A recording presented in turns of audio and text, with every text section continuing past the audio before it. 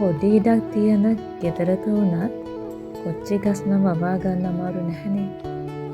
ඉතින් එහෙම කොච්චි පැල දෙක තුනක් හදාගත්තතින් ඕන වෙලාවක සැර ඒ වගේම රස කොච්චි සම්බෝල හදාගන්න පුළුවන්.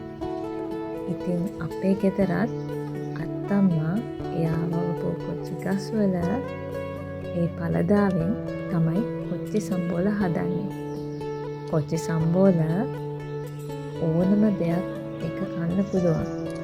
බත් එක්ක වුණත්, පාන් කනකොට, මඤ්ඤොක කනකොට, ඒ වගේම රොටි කනකොට මේ කොච්චි සම්බෝල පාවිච්චි කරන්න පුළුවන්.